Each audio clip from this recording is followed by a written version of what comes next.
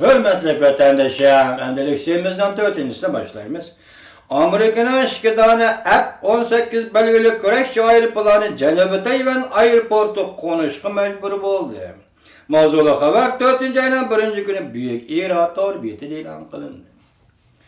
Amerika'nın 2 tane F-18 belgeli güreşçi aeroplanı 3. ayının 31. günü düştüğün keyin mexaniklik amillar tüpeyli Cenubi Tayvan aeroportu konuşqa mecbur oldu.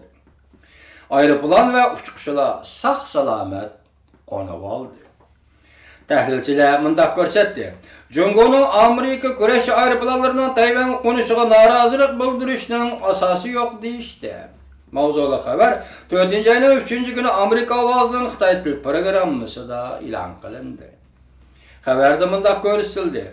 Amerika Deniz Armiyası kuruluqda jang qilg'uch qismlarining bayonoti Pavel Gerenberg 4. ayının 2. günü F-18 belgili 2 tane güreşçi aeroplanının karşılığı çıkıp Tayvan'a konuşunu tanlap alğanlığı münasibeti bilen bayonot e'lon qilib 2 tane güreşçi aeroplanının sirden karşılığı çıkıp birinden karşılığı çıkıp uçuşçular ciddi qoluş yolunu tanlap aldı.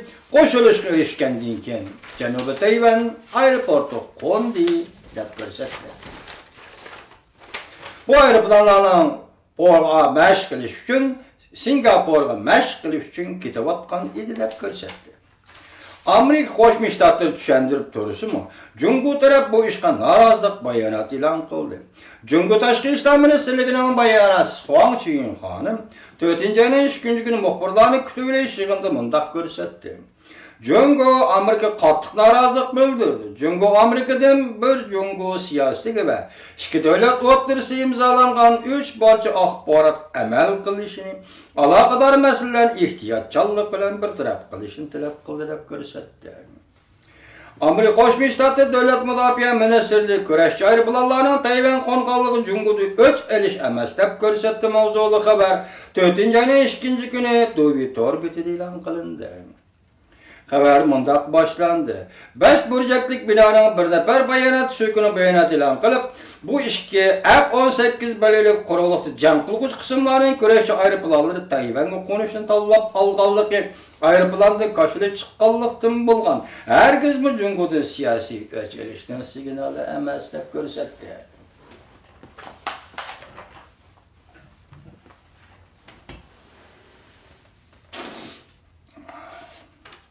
Dovi Torbit xabarni mundaq davomlashtirdi.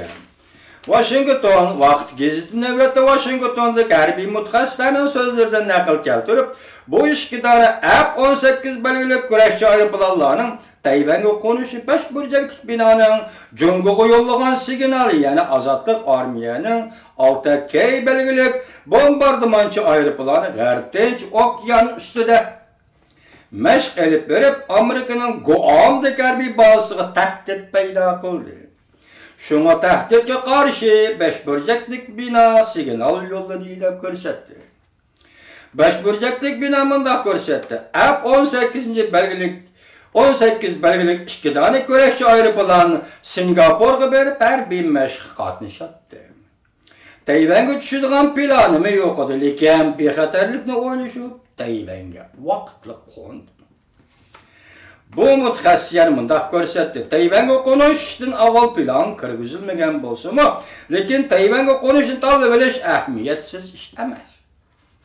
Janubiy Tayvan aeroportiga Iroq bo'lgan Yaponiya qo'nmay bu kurashchi, Iroq bo'lmagan Yaponiya qo'nmay bu kurashchi aeroplanlarning Tayvanga qo'nishi ya'ni kelib, Jungo Ozodlik armiyasining 6K belgilik bombardimonchi aeroplanining G'arbiy Tinch okeanda harbiy mashq qilib berib 3 kun o'tgandan keyin Amerika kurashchi aeroplanlarining Tayvanga qo'nganligi aniqki Amerika Qo'shma Shtatlari Jungo tarafga o'zining irodasini ko'rsatib qo'yibdi.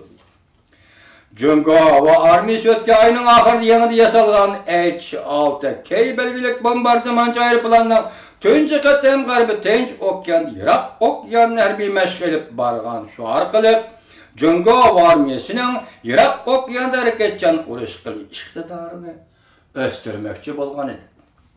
David Orbit ahırda mundaq görsetdi. Tayvan bu yıl güya çoqon, Amerika Cungo otturisi səz görünməsilik ayılıp dolqun zamanda balğış öksümeydiğanda kılıdı.